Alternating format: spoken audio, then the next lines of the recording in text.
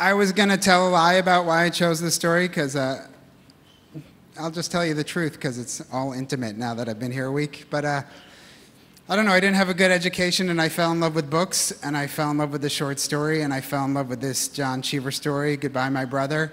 And I fell in love with it for this last paragraph, especially this last line, where the women, naked, unshe, and beautiful, walk from the sea. And I wanted to see these unshe and beautiful women, and I would read it out loud and think of what it was to be unshe and beautiful.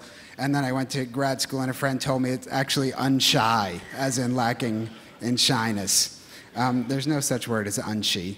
But just that ignorance and that love for, like, you just have to learn. And I always feel a sweet spot for this story is like just where I started to learn to read.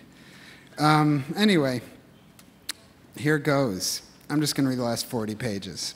I walked a little way down the beach and turned to watch him, and I was thinking of my own skin then. He had got to his feet and he seemed steady. The daylight was still clear, but on the sea wind, fumes of brine were blowing in like a light fog. And when I had walked a little way from him, I could hardly see his dark figure in this obscurity. All down the beach, I could see the heavy salt air blowing in. Then I turned my back on him, and as I got near to the house, I went swimming again, as I seemed to have done after every encounter with Lawrence that summer. When I got back to the house, I lay down on the terrace. The others came back. I could hear Mother defaming the flower arrangements that had won prizes. None of ours had won anything. Then the house quieted, as it always does at that hour. The children went into the kitchen to get supper, and the others went upstairs to bathe. Then I heard Chatty making cocktails, and the conversation about flower show judges was resumed.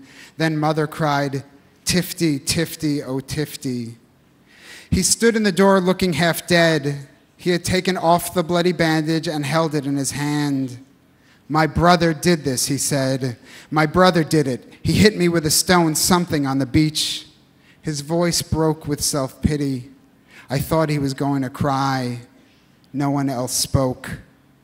"Where's Ruth?" he cried. "Where's Ruth? Where in hell is Ruth? I want her to start packing. I don't have any more time to waste here. I have important things to do. I have important things to do." And he went up the stairs. They left for the mainland the next morning, taking the 6 o'clock boat.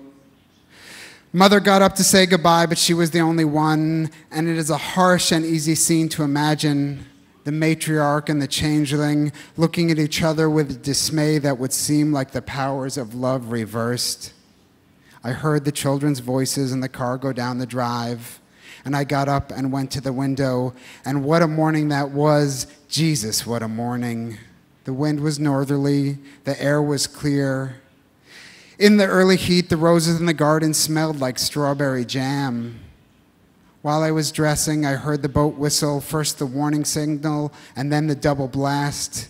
And I could see the good people on the top deck drinking coffee out of fragile paper cups. And Lawrence at the bow saying to the sea, "Thalassa, Thalassa," while his timid and unhappy children watched the creation from the encirclement of their mother's arms. The boys would toll mournfully for Lawrence, and while the grace of the light would make it an exertion not to throw out your arms and swear exultantly, Lawrence's eyes would trace the black sea as it fell astern. He would think of the bottom, dark and strange, where full fathom 5 our father lies. Oh, what can you do with a man like that? What can you do? How can you dissuade his eye in a crowd from seeking out the cheek with acne, the infirm hand? How can you teach him to respond to the inestimable greatness of the race, the harsh surface beauty of life? How can you put his finger for him on the obdurate truths before which fear and horror are powerless? The sea that morning was iridescent and dark. My wife and my sister were swimming, Diana and Helen, and I saw their uncovered heads, black and gold in the dark water. I saw them come out, and I saw that they were naked, unshy, beautiful, and full of grace. And I watched the naked women walk out of the sea.